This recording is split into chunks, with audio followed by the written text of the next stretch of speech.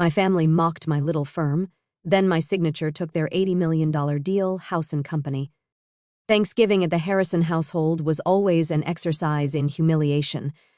Every year, my family gathered to compare achievements, measure successes, and remind me of my apparent failures. But this year was different. This year, I knew something they didn't. Madison's still working at that tiny investment firm. My sister Vanessa announced to the assembled family, wine glass dangling from her manicured fingers.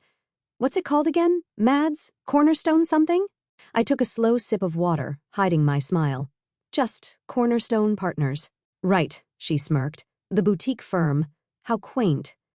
What my family didn't know was that Cornerstone Partners was mine. I'd founded it 3 years ago, and we now managed over $2 billion in assets. But they all thought I was just another employee grinding away at a small-time operation.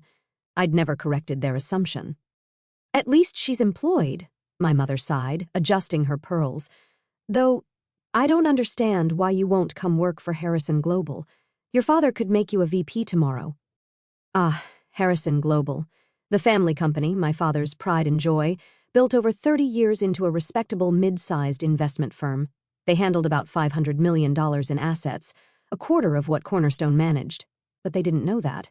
I'm happy where I am, Mom. Happy?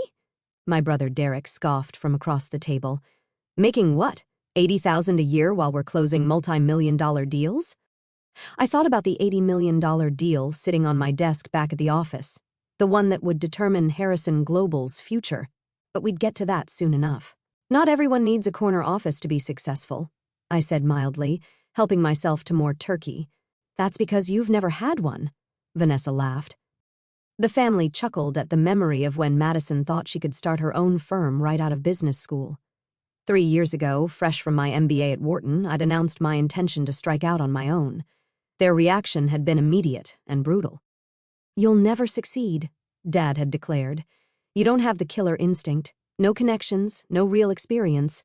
You'll crawl back within 6 months. Instead, I'd done something they never expected.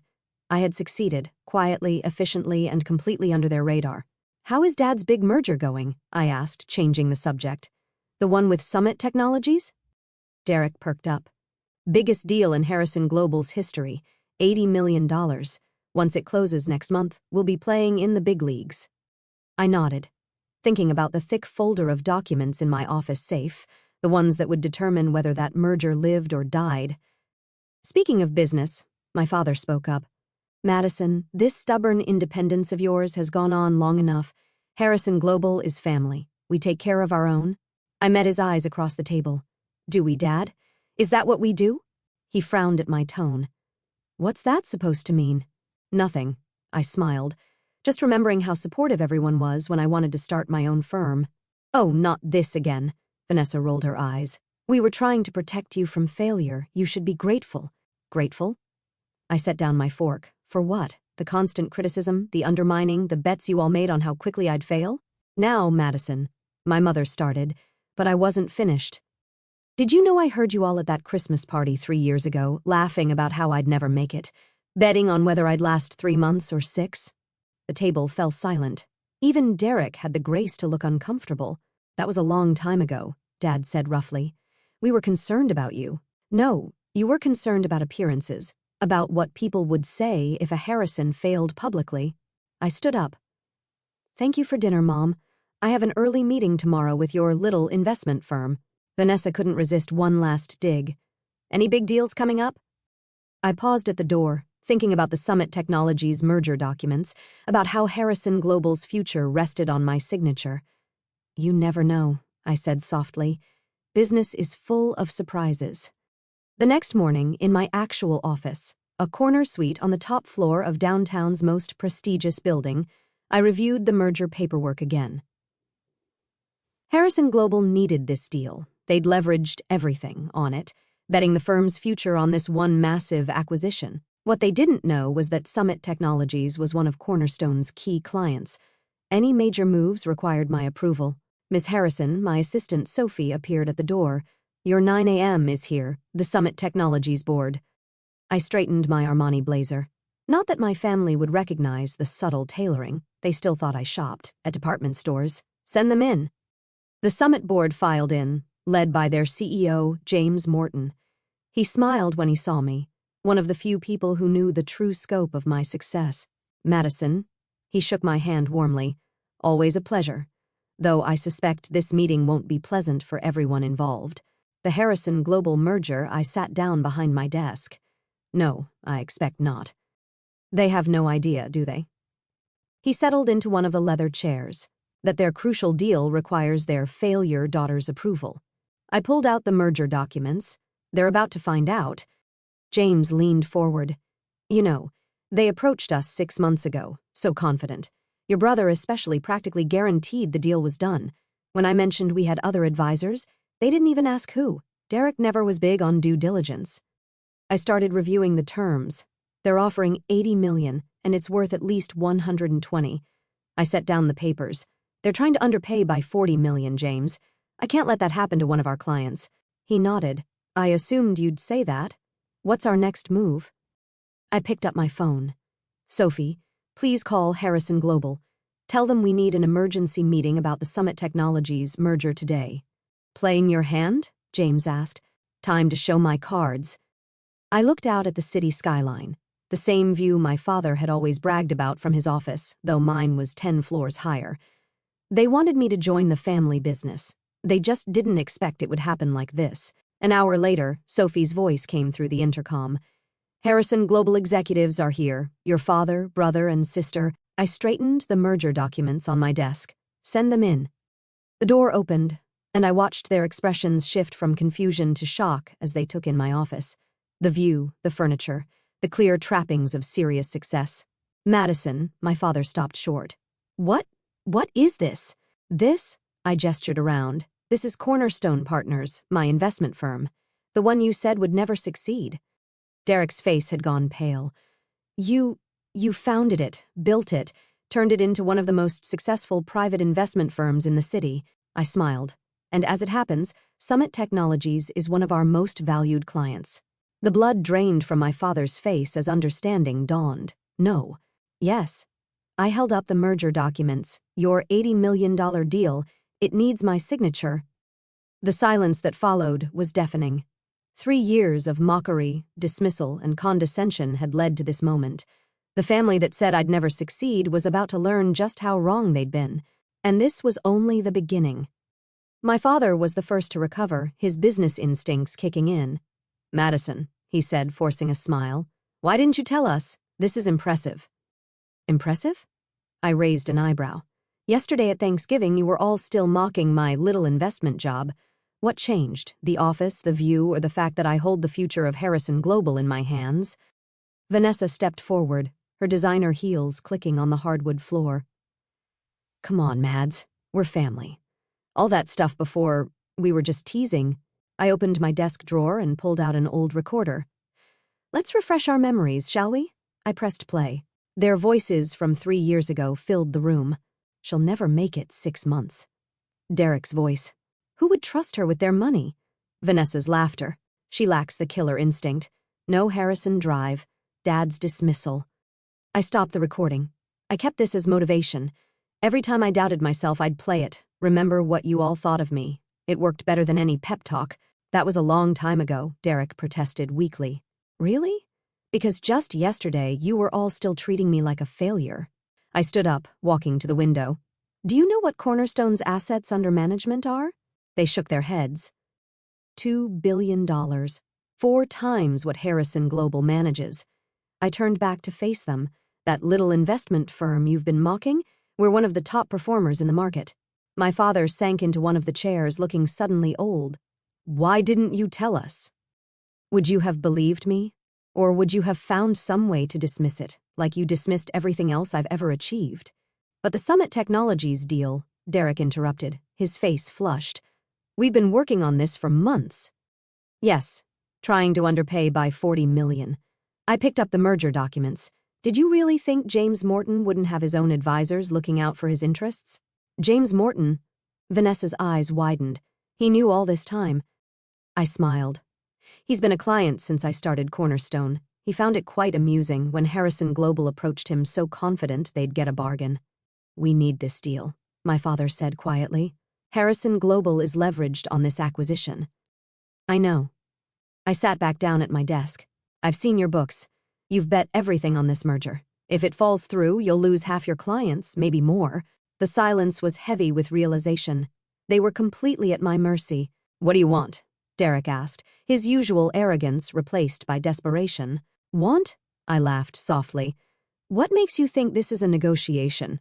Madison, please. My father leaned forward. Whatever happened in the past, we're still family.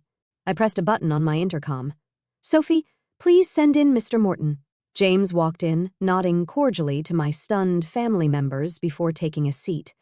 James has an interesting story about how this deal came about, I said. Would you like to share, James?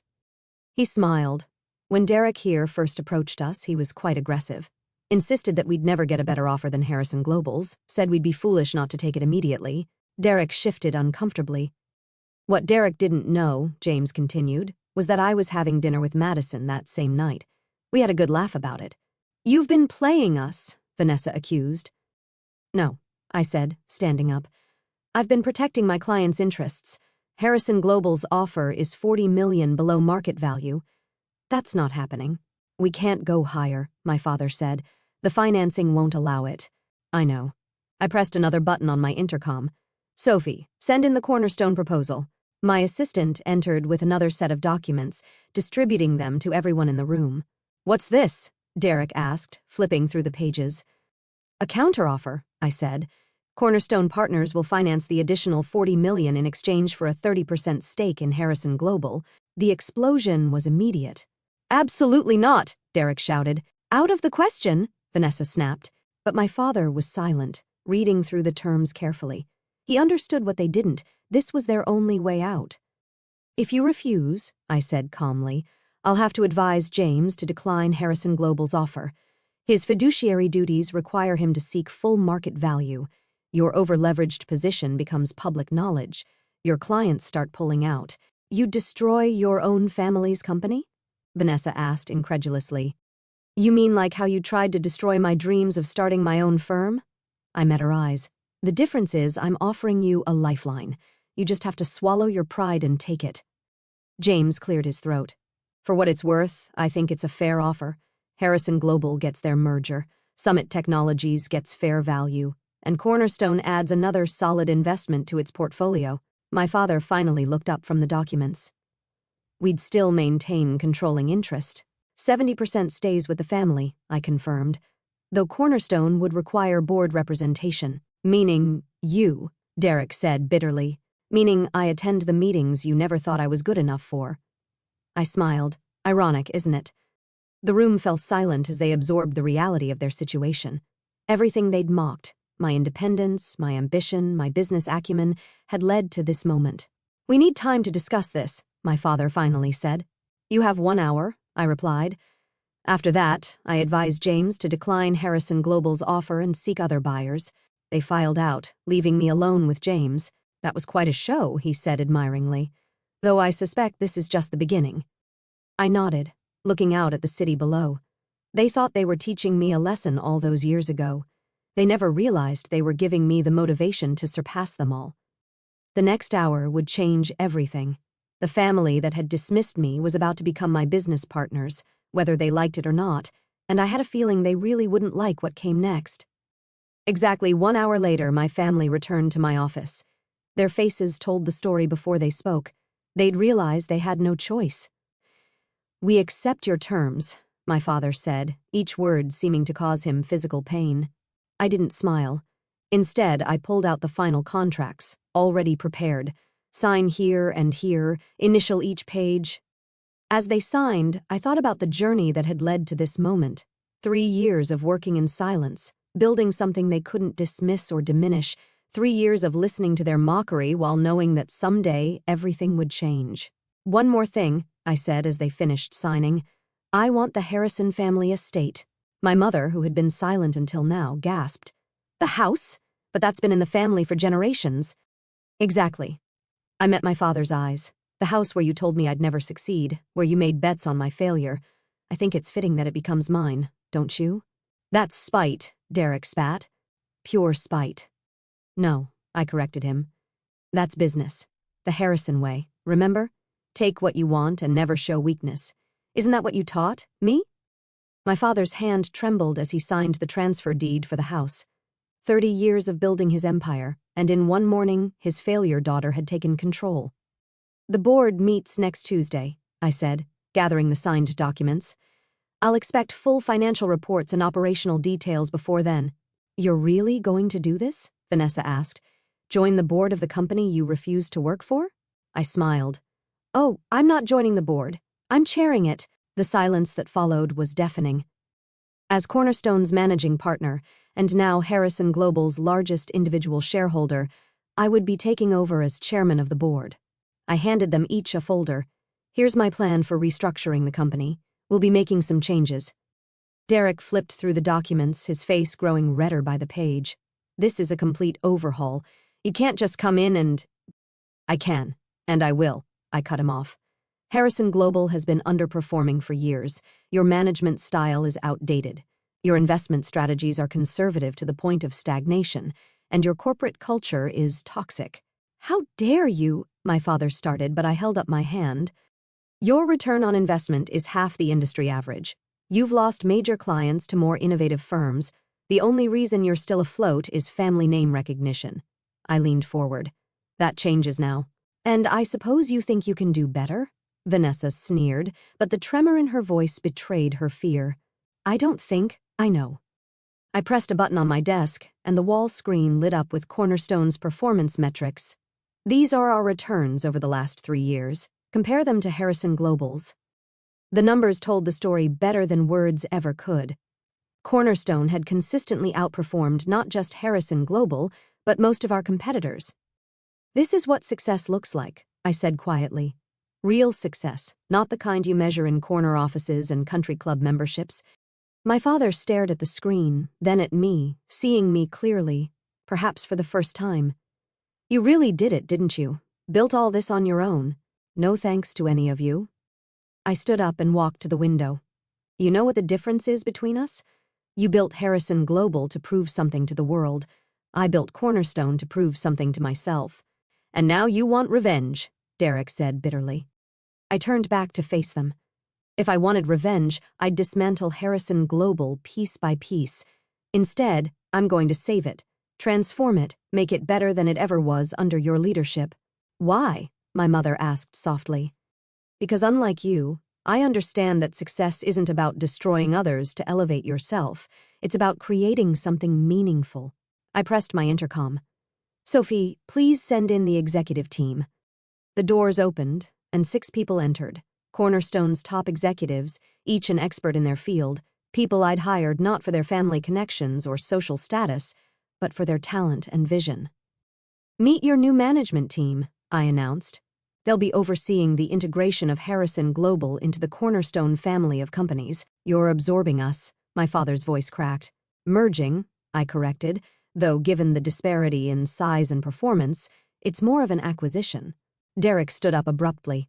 This is ridiculous. I won't work for my little sister. You're right, I agreed. You won't. Your position is being eliminated, effective immediately. Vanessa's too. They stared at me in shock. You can't fire us, Vanessa protested. We're family. Exactly what you told me 3 years ago when I wanted to start my own firm. Funny how that works both ways now. My father remained seated, looking suddenly very old. And me? You'll retain an advisory position. Non-executive. I softened my tone slightly. You built something significant, Dad, but you let pride and arrogance blind you to its flaws, and to my potential. He nodded slowly, decades of certainty crumbling around him. The Harrison name will continue, I assured them, but it's time for new leadership. Leadership that understands that true success isn't about domination, it's about creation. One by one, they left my office, their worlds forever changed. Only my mother lingered behind. The family dinner next Sunday? She said hesitantly. Will you still come? I thought about all the dinners where I had sat quietly, enduring their judgment and mockery. Yes, but things will be different now. Because you won? She asked. Because I succeeded, despite all of you. After they left, I sat in my office as the sun set over the city. Sophie brought in a bottle of champagne, the same vintage my father used to proudly serve at family functions. "Congratulations," she said, pouring 2 glasses, "though somehow I don't think this is how they imagined bringing you into the family business."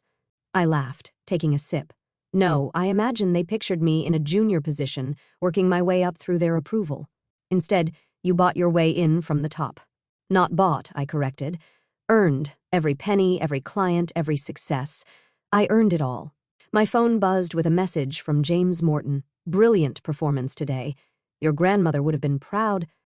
I smiled, remembering the woman who'd believed in me when no one else did, who'd left me the seed money to start Cornerstone, swearing me to secrecy until the time was right. To Grandma Rose, I raised my glass, who taught me that success isn't about proving them wrong, it's about proving yourself right. The next morning, I arrived early at Harrison Global's offices, soon to be renovated and rebranded. The security guard did a double take when I used my new key card. In the executive suite, I found Derek and Vanessa clearing out their offices, shooting me venomous looks as I passed. My father's office, my new office, still held the trappings of his reign: photos of deals closed, awards won, the carefully curated image of success he'd built. I set down my briefcase and opened the curtains, letting in the morning light. On the desk, I placed a single framed photo, me at 22, fresh out of college, standing in front of the tiny office where Cornerstone began.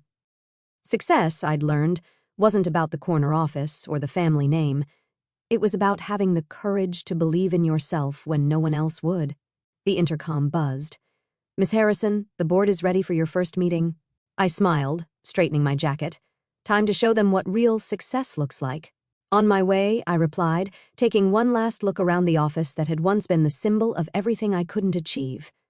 Now it was just another room in my growing empire, an empire built not on family connections or inherited privilege, but on determination, vision, and the burning desire to prove that success comes in many forms.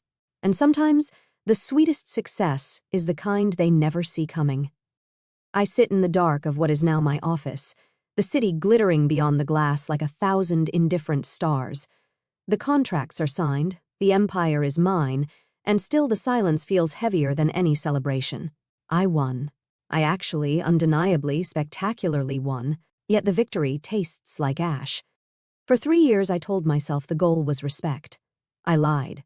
What I really wanted was love, the kind that doesn't come with conditions, the kind that doesn't measure worth in assets under management or the square footage of your office. I wanted them to look at me the way they looked at Derek when he closed his first deal, the way they looked at Vanessa when she walked into a room. I wanted, just once, to hear my father say, "I'm proud of you," without the unspoken, but that always followed. Instead, I got laughter behind my back, bets on my failure, and a Christmas toast to poor Madison who thinks she can make it on her own. I swallowed every insult, smiled politely, and used the sting as fuel. Every late night, every investor who slammed the door in my face, every time I doubted myself at 3 a.m., I played that recording of their voices and let it remind me why I could never stop. Today, I finally silenced them. Today, I became the punchline they never saw coming, and God, it hurts. Because winning didn't rewrite the past. It didn't erase the little girl who used to hide under the Thanksgiving table when the comparisons got too loud. It didn't bring back Grandma Rose to see what her quiet faith grew into. It didn't make my mother hug me the way she hugged Derek when he made partner. It just left me here, surrounded by everything they said I'd never have, and still aching for the one thing money can't buy, the family that should have been cheering loudest of all. I thought revenge would feel like freedom. Instead, it feels like exile. I have the corner office 10 floors higher than my father's ever was. I have the view he bragged about for decades. I have the power to save or destroy everything he built, and none of it fills the hollow space where their belief in was supposed to live. Tomorrow, I'll walk into that boardroom with my head high, shoulders squared, voice steady. I'll restructure their legacy into something greater than they ever imagined, and I'll do it flawlessly. I'll be the unbreakable woman they forged in their disregard. But tonight, in the quiet, I let myself grieve for the version of this story that will never exist. The one where they clapped when I announced Cornerstone, where my father pulled me into a proud hug instead of warning me I'd fail, where Sunday dinners were about love instead of scorekeeping. I won the war they started. I just never wanted to fight it in the first place. So I'll dry these tears, pour the rest of the champagne down the sink, because no victory toast feels right without someone to share it. And I'll keep building, not to prove them wrong anymore. I'm done with that. I'll build because it's who I am now. Because Grandma Rose whispered, "You are enough into my 8-year-old heart," and somehow, against every odd, I believed her. I didn't just want to be their daughter. I wanted to be the woman they never let themselves imagine I could become. And maybe, someday far from now, when the dust settles and the numbers speak louder than old wounds, one of them will look up at this empire I built from their doubt and finally understand. I didn't rise despite them. I rose for me. But damn, it would have been nice to have them standing beside me while I did it.